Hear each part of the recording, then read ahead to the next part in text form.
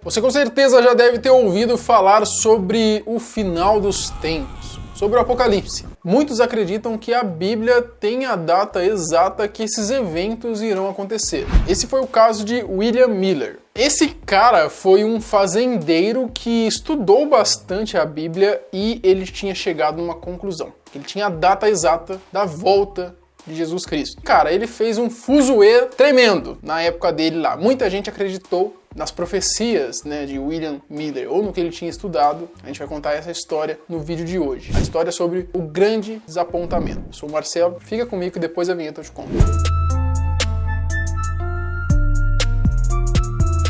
Bom, antes de mais nada, eu gostaria de esclarecer que eu não sou nenhum teólogo e essa história que vocês vão ouvir agora é uma história bem curiosa que eu escutei e resolvi relatar aqui para vocês. Então eu já peço de antemão desculpas por algo que eu venha falar aqui que não esteja de acordo com o que você acredita ou que não seja o termo adequado para se referir a tal situação. Beleza? Então pros padre, pastor e teólogo de plantão que estão aqui nos comentários, tá? Fica à vontade para escrever aqui. Bom, então vamos ao vídeo. Em meados de 1833, William Miller, que era um fazendeiro e anteriormente ele tinha servido as Forças Armadas dos Estados Unidos, em torno de 1812, ele tinha passado por alguns momentos em sua vida que o levariam a ser um dos principais nomes religiosos, né, de religiosos protestantes. Miller era batista e acreditava ter sido livrado de forma milagrosa de uma granada que tinha sido jogada próxima dele. E isso fez, né, esse livramento que ele teve, o fez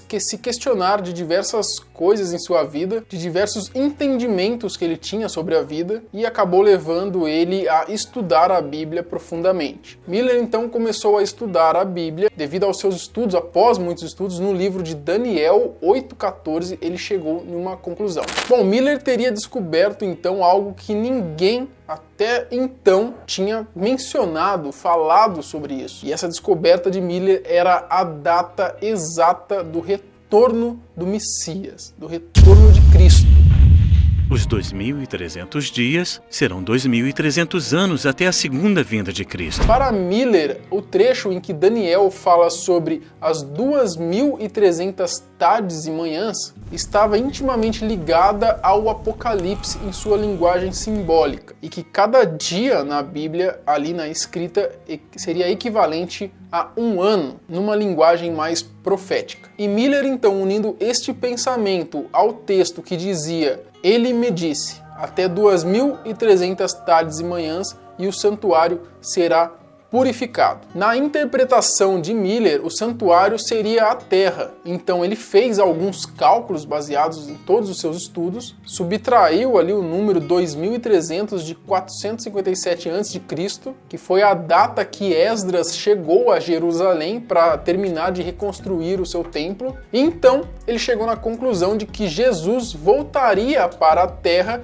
em meados ali na primavera de 1843, a primavera de 1844. Então muitas igrejas, né, incluindo as igrejas metodistas, presbiterianos, luteranos e até os católicos, eles se uniram num movimento hoje conhecido como o movimento Millerita. Então depois de todos esses grupos religiosos se unirem e esperarem, né, o retorno de Jesus, eles esperaram então ali entre esses anos de 43 a 44, 1843 a 1844, mas como era de se esperar, nada aconteceu. Jesus não tinha voltado. O início da decepção. Após essa profecia de Miller não se cumprir, todos esses grupos religiosos estavam bem confusos, decepcionados também e sem muita direção. Até que aparece um personagem novo na história, Samuel Snow, que após seus estudos também em cima dos textos que Miller estudou, ele chegou numa nova conclusão, uma nova data, e que o evento ocorreria na verdade no dia 22 de outubro de 1844. Fechado. O Rei dos Reis aparecerá no dia 22 de outubro.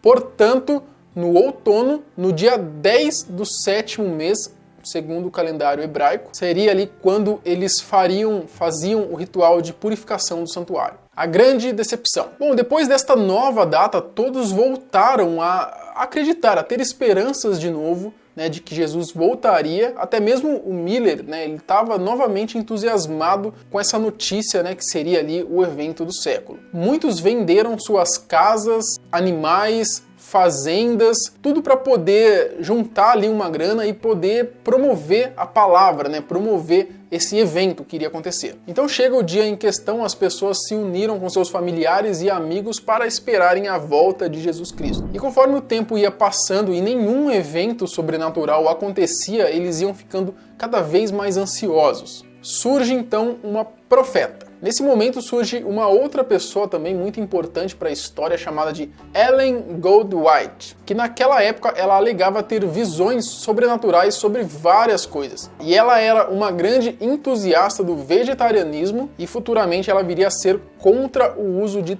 tabaco e bebidas alcoólicas dentro ali os membros protestantes. A Ellen White, quando ela era criança, ela tinha sido alvejada por uma pedra, acertaram, né, uma pedra em sua testa, o que fez ela crescer, né, tendo ali uma saúde muito frágil. E conforme o tempo foi passando, ela dedicou a sua vida ali a escrever, né, ela virou uma escritora, deixando registrado aí milhares de cartas, de livros, de textos, sendo alguns dos mais famosos o Caminho a Cristo, Mente, Caráter e Personalidade, e o mais famoso dela, que se chama O Grande Conflito. Todas essas obras dela o tornaram a ser uma das escritoras mais traduzidas de todos os tempos do mundo inteiro. E ela seria então uma das fundadoras, né, da Igreja Adventista do Sétimo Dia, Colégio Adventista, da Universidade Adventista, Hospital Adventista, etc.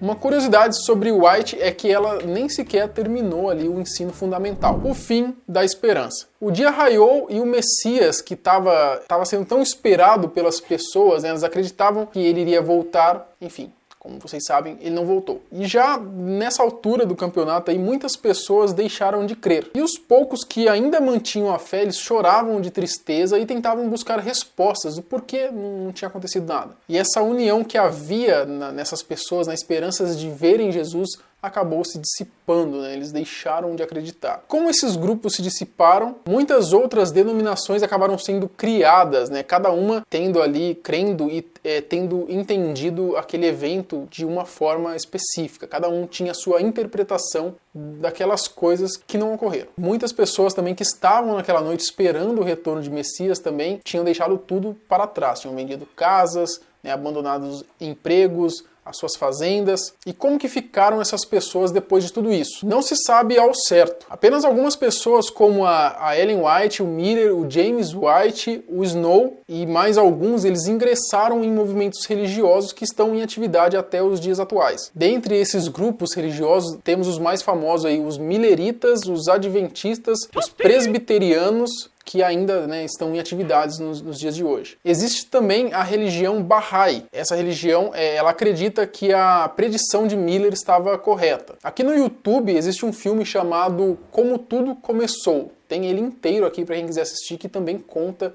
essa história sobre o grande desapontamento, né, que foi um evento ali onde as pessoas se uniram e acreditavam, né, induzidas ali por Miller, de que Jesus iria voltar naquela data, e não aconteceu. Mas eu quero saber de você, você acredita que em algum momento, né, do mundo, né, da história do mundo, ele vai deixar de existir? Como que você acha que seria o final dos tempos para você? Você acredita, né, na volta de Jesus Cristo? Comenta aqui embaixo. E essa foi a história do grande desapontamento. Muito obrigado por você que assistiu o vídeo até aqui, até o próximo. Tchau!